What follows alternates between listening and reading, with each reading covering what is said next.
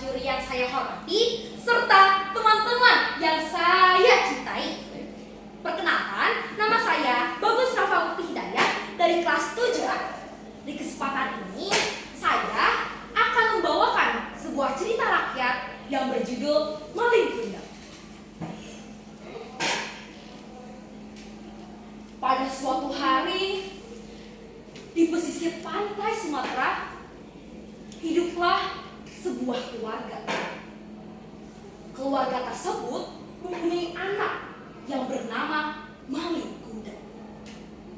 Maling Kundang adalah anak yang sangat dicintai. Namun, dengan kondisi keluarga tersebut yang sangat miriskan, ayah Maling Kundang memutuskan untuk pergi ke negeri seberang. Sangat besar harapan Maling dan ibunya.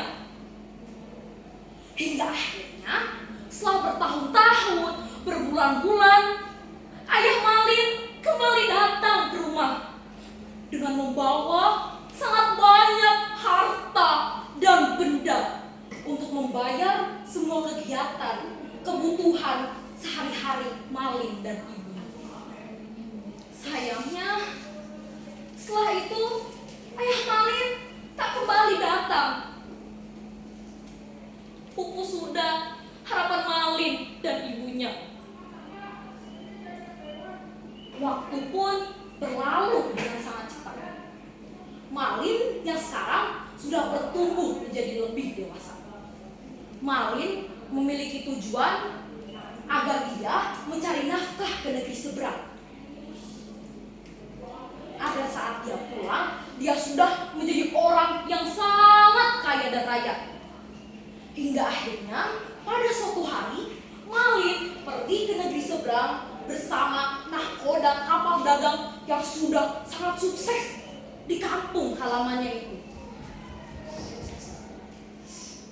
Selama berada di kapal, Maling Kundang mempelajari ilmu pelayaran dan berkapalan bersama anak buah kapal yang sudah sangat berpengalaman sebelum dirinya.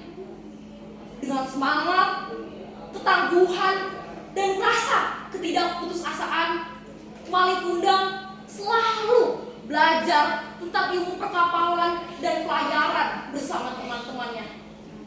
Hingga akhirnya, Maling Kundang pun ahli dalam hal perkapalan. Sudah banyak sekali pulau yang dilewati oleh Maling Kundang. Hingga akhirnya, pada suatu hari, kapal Maling Kundang diserang oleh bajak laut. Harta, barang-barang, dan dagangan para pedagang dirampok habis oleh para bajak laut. Bahkan, sebagian besar awak kapal dan orang-orang yang berada di kapal tersebut tewas dibunuh oleh para bajak laut. Sungguh beruntungnya Maling Kundang. Dirinya selamat, tidak dibunuh oleh para bajak laut. Ia bersembunyi di ruangan kecil yang ditutupi oleh kayu-kayu. Maling Kundang terpanting di lautan yang bebas. Hingga akhirnya Maling Kundang terdampar di sebuah pantai. Dengan sisa tenaga yang dimiliki Maling Kundang bersegera pergi ke desa di sekitar pantai tersebut. Tiba-tiba ada seseorang yang ingin menolong Maling Kundang. Dengan sebelumnya Maling Kundang menceritakan peristiwa yang terjadi di kapal tersebut. Desa yang sekarang ditinggali Maling Kundang sangatlah subur. Dengan keteguhan dan kerja keras Maling Kundang, sekarang Maling Kundang sudah menjadi orang yang sangat kaya raya. Maling Kundang mempunyai banyak sekali anak buah dan awak kapal yang jumlahnya lebih dari 100 buah. Setelah menjadi kaya, Malik Gundam memutuskan untuk mencari seorang gadis untuk dinikahinya menjadi seorang istri. Waktu pun berlalu dengan cepat. Malik Gundam mempunyai tujuan agar dia pergi ke kampung halamannya bersama keluarga dan istrinya. Ia menggunakan kapal yang sangat bagus dan indah. Di lain waktu, Ibu Malin menunggu Malin. Kapan anak saya pulang? Hingga akhirnya pada suatu hari Ibu Malin melihat sebuah kapal berlabuh di pelabuhan di sekitar rumahnya. Ia melihat dua orang digeledah kapal. Wah, itu pasti Malin dan istrinya. Malin pun turun dari kapalnya. Ibu Malin segera pergi ke orang tersebut dan mengecek bekas luka tangan kanan orang tersebut. Dan ternyata ada. Dia semakin yakin bahwa itu adalah anaknya, Malik Gundam. Wahai anakku, ibu sangat kangen padamu. Mengapa kamu tidak memberi surat padaku? Ucap Ibu Malin sambil mengeluk Malin. Dasar wanita bohong, kamu bukan ibuku. Malin segera memutuskan dan mengelak dari pelukan ibunya.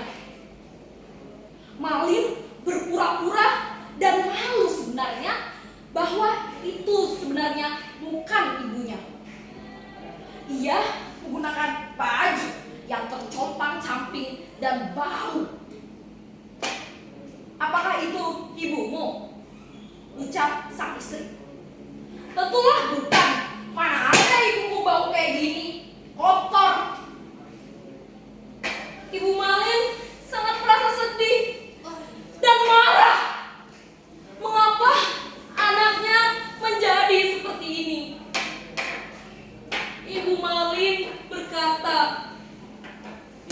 Tuhan, jika ini anakku, kutukanlah dia menjadi batu.